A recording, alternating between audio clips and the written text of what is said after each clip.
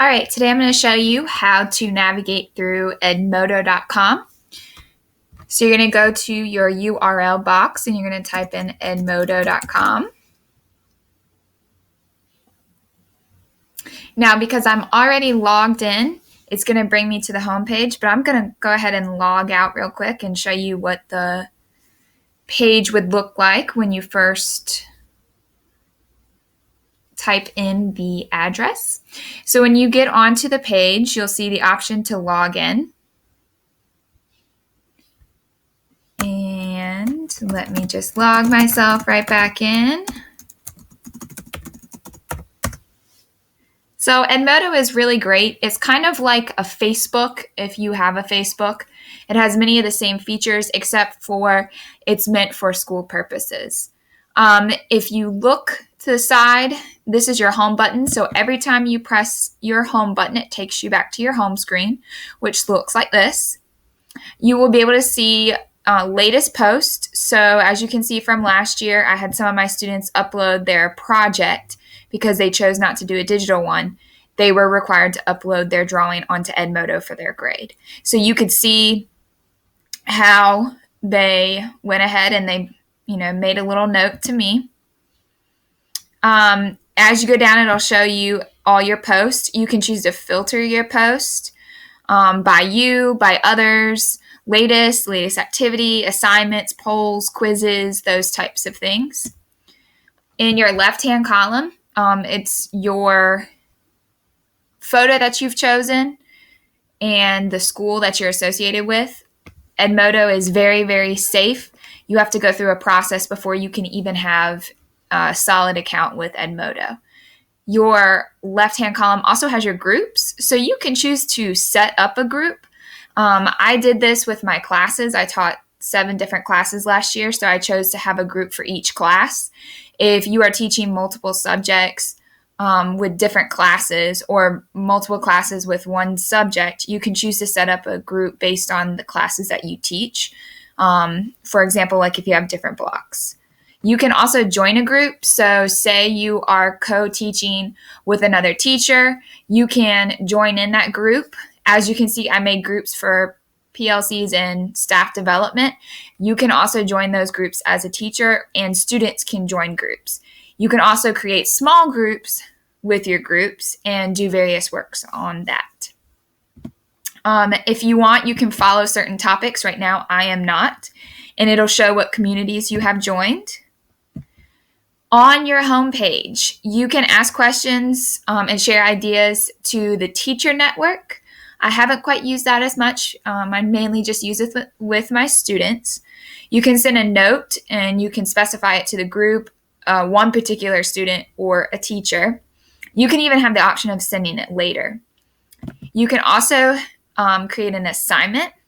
So upload some sort of assignment. I used to write the assignment details, and if it was a written response, I would have it added to my little grade book, which I'll show you how to access that later. You can even set up a quiz. You can load one from one that you've already had. You can actually create one on here, which is really neat. Say you have a question for your students or staff.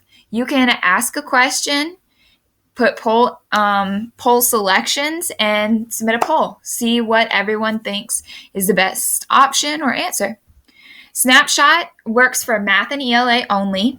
You select the grade, and you can type the name of your group in that you would like to focus on this, and you can actually search a standard. And when they click on it, they can practice that standard. It gives just different practices that they could work on.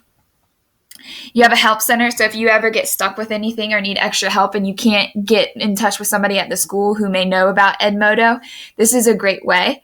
You can also connect with people that you're already in contact with or people that are in your set community. Progress, the little heartbeat.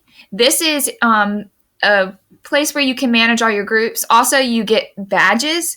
You can even give badges to students. So say they are making an A on their spelling test. They could get a badge for making 100 on 10 spelling tests. You could come up with badges on your own. Library. This is where you can keep all of your information. So, for example, you can connect it to your OneDrive or your Google Drive, and you can upload and add folders. So, I'm going to show you, for example, I've uploaded videos, I've uploaded a PDF. When you go to add something, you can choose from your files, from a folder, from a link, and you can also create a quiz. So those are some options that you can put. So if you are working on a specific unit, you can attach that unit to your group. This would really, really help with PBLs for the older grades. If you're working on a specific project and you have all the resources online, it is great to put it in a folder and they're able to access that folder. We'll go to Spotlight in a minute. Your little bell is your notifications. So anything that's been going on, just like Facebook, you have notifications. It's there. I'm going to go back to my home page. And your account, how to get started. So if this video isn't enough, you can always watch the how to get started video. You can send invitations to other coworkers so they could be connected. So maybe if your co-teacher isn't, you can send an invitation. More about your profile settings, more support for help. You also have something called an Edmodo planner. So this is really neat because you can plan out schedules. If you want to assign small groups, you can even have your students go online and see the schedule for the small groups. And I believe, if I'm not mistaken, I believe they can schedule their small group with you. Or if you do it on paper, you can always upload the schedule and they can get reminders of what's going on.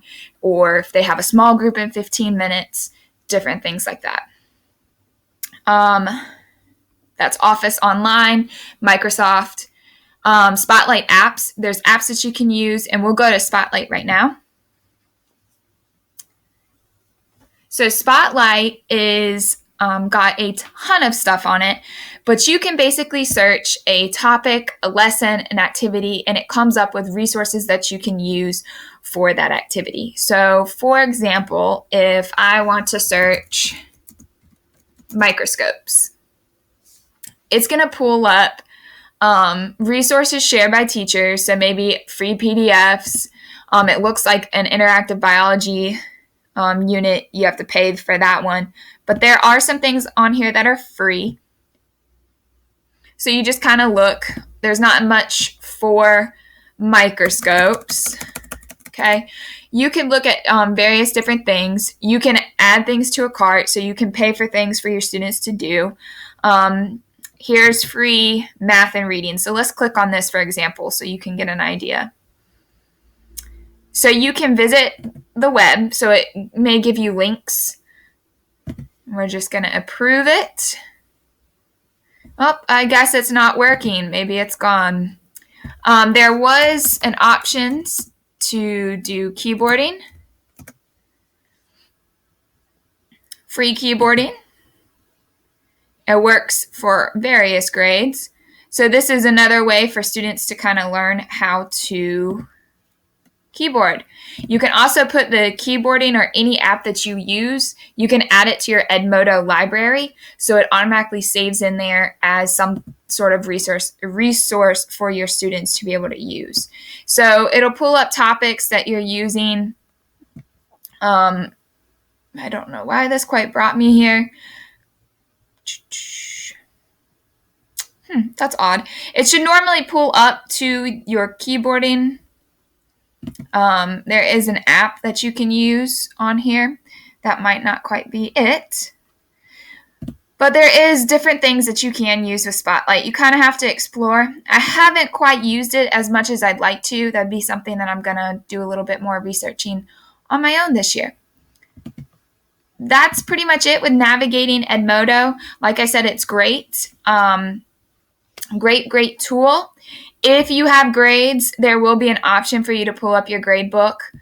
So if you click on an assignment that you've created, it will give you the option to pull up your grade book. I don't have any right now to show you, but if you ever need help finding that information, you can always go to the Help Center or find someone who knows some more about Edmodo. Thank you for watching.